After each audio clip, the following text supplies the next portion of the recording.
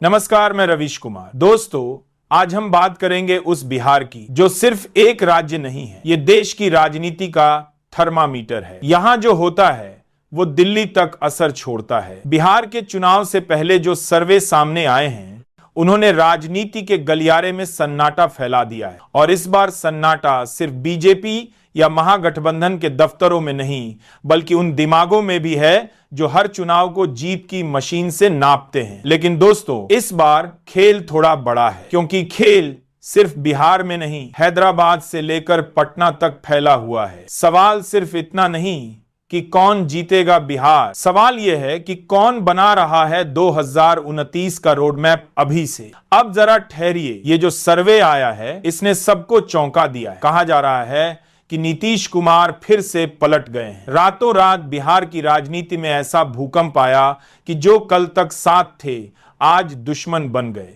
और जो कल तक विरोधी थे अब गले लगकर हंस रहे हैं। ये बिहार की राजनीति का पुराना रंग है। इधर भरोसा कीजिए, उधर गठबंधन बदल जाता है, और इसीलिए लोग कहते हैं बिहार में कोई स्थायी दोस्त नहीं, सिर्फ स्थायी हित हैं। अब सर्वे की बात करें, आंकड़े कह रहे हैं कि जनता इस बार चुप है, और जब बिहार की जनता चुप रहती है तो सत्ता के गलियारों में खामोशी डर बन जाती है। सर्वे में कई आंकड़े हैं, लेकिन आंकड़ों के पीछे जो कहानी है वो ज्यादा अहम है। लोग कह रहे हैं कि नीतीश कुमार का पलटना सिर्फ बिहार की रणनीति नहीं बल्कि राष्ट्रीय राजनीति की रिहर्सल है। और यहां से कहानी में आता है एक नया किरदार, चंद्रबाबू नायडू।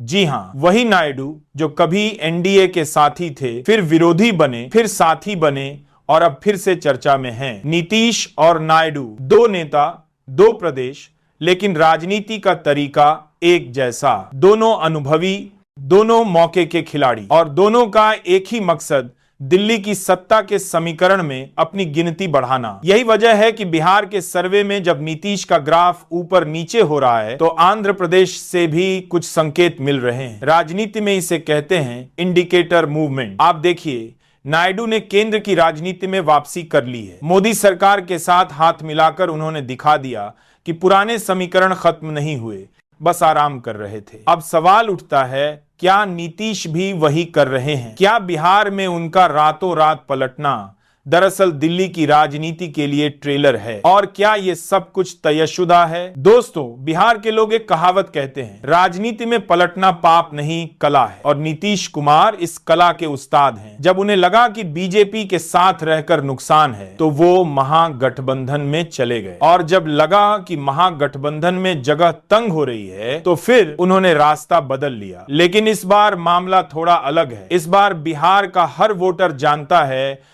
कि उसकी एक चुप्पी भी इतिहास लिख सकती है। सर्वे के आंकड़े बता रहे हैं कि बीजेपी को बढ़त है, लेकिन यह बढ़त उतनी नहीं कि वो आराम से बहुमत का दावा करे। वहीं नीतीश कुमार के लिए मुश्किल यह है कि उनके पास अब वो करिश्मा नहीं रहा जो 2010 में था।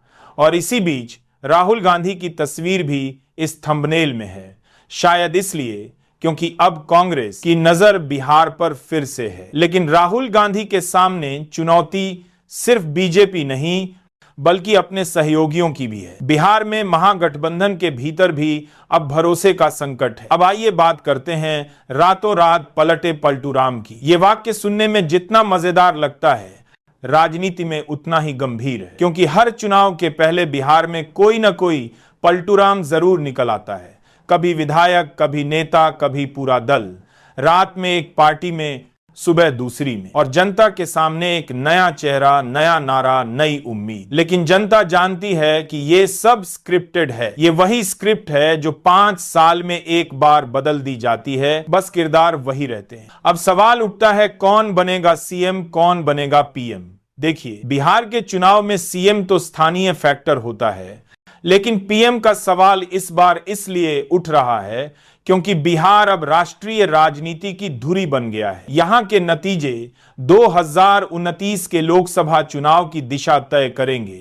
अगर बीजेपी यहां मजबूत होती है तो 2029 की राह उनके लिए आसान हो जाएगी। लेकिन अगर नीतीश या विपक्षी गठबंधन यहां अड़ गए तो मोदी शाह की जोड़ी के सामने मुश्किलें बढ़ेंगी। अब बात करते हैं उस चीज की जो आम जनता को सबसे ज्यादा प्रभावित करती है, सर्वे और उसकी विश्वसनीयता। टीवी चैनलों पर सर्वे दिखते हैं, ग्राफ, चार्ट, तीर और प्रतिशत। लेकिन यह प्रतिशत तय कैसे होता है, किस आधार पर, और क्या कभी ये सर्वे गरीब आदमी की रसोई तक पहुंचते हैं? क्या सर्वे करने वाला जानता है कि बिहार के गांव में आज भी बिजली कितनी देर आती है? लेकिन फिर भी सर्वे दिखाए जाते हैं। क्यों? क्योंकि सर्वे अब लोकतंत्र का औजार नहीं बल्कि प्रोपेगेंडा का परफ्यूम बन गए हैं। सच कितना भी कड़वा हो, सर्वे की खुशबू में सब कुछ महकदार बना दिया जाता है। अब आप कहेंगे कि फिर जनता क्या करे? जनता वही करे जो हमेशा करती है, चुपचाप वोट डाले और फिर देखे कि किसने खेल खेला। क्योंकि बिहार की राजनीति में सबसे बड़ा खिलाड़ी हमेशा जनता ही होती है। नीतीश पलट सकते हैं, नायडू सौदा कर सकते हैं, बीजेपी प्रचार कर सकती है, राहुल गांधी भाषण दे सकते हैं, लेकिन आखिरी फैसला वही करता है जो लाइन में खड़ा है,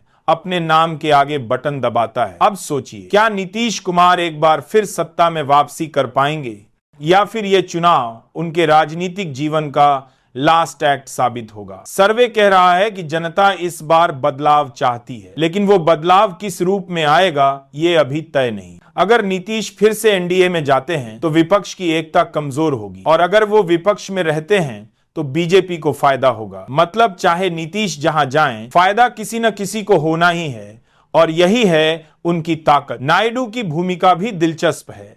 वो दिखा रहे हैं कि क्षेत्रीय दल अब राष्ट्रीय राजनीति में फिर से महत्वपूर्ण हो सकते हैं। यह नीतीश के लिए भी एक संकेत है कि एक किंगमेकर की भूमिका भी कभी कभी किंग से बड़ी होती है, और शायद इसी सोच ने नीतीश को फिर से किंग मेकर मोड में ला दिया है। अब आखिरी सवाल, कौन बनेगा पीएम? दोस्तों, भारत में पीएम बनने के लिए सिर्फ जनता की इच्छा नहीं, राजनीतिक गणित भी जरूरी होता है, और उस गणित का पहला पन्ना बिहार से ही शुरू होता है। अगर बीजेपी यहां अपनी पकड़ मजबूत रखती है तो 2029 में मोदी के लिए राह आसान होगी। लेकिन अगर बिहार से कोई नया गठबंधन उभरता है तो दिल्ली की कुर्सी तक उसका असर जाएगा, और शायद इसी वजह से नीतीश और नायडू दोनों आज दिल्ली की तरफ मुस्कुरा रहे हैं, अलग अलग दिशाओं से लेकिन एक ही मंजिल के साथ। आपको याद होगा जब 2014 में मोदी लहर आई थी, तब बिहार ने बीजेपी को बड़ा समर्थन दिया था। 2015 में नीतीश ने पलटवार किया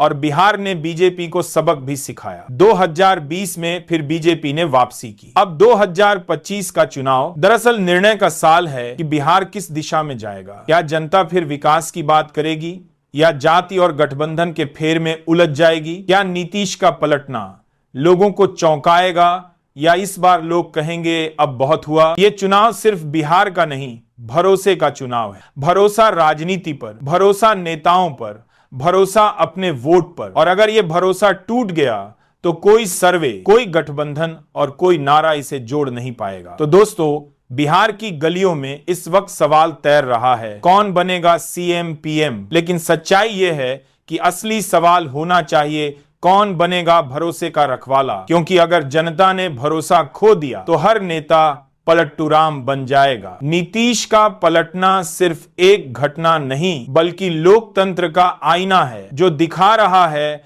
कि राजनीति अब विचार नहीं, अवसर की यात्रा बन गई है। तो इंतजार कीजिए, बिहार की मिट्टी फिर से इतिहास लिखने वाली है, और जब बिहार की जनता फैसला करती है तो दिल्ली तक उसके कदमों की आवाज सुनाई देती है। तो दोस्तों, आप कमेंट में जरूर बताएं कि आप किसको सीएम और किसको पीएम बनाना चाहते हैं, और रोजाना ताजा सर्वे देखने के लिए हमारे साथ जरूर जुड़ें।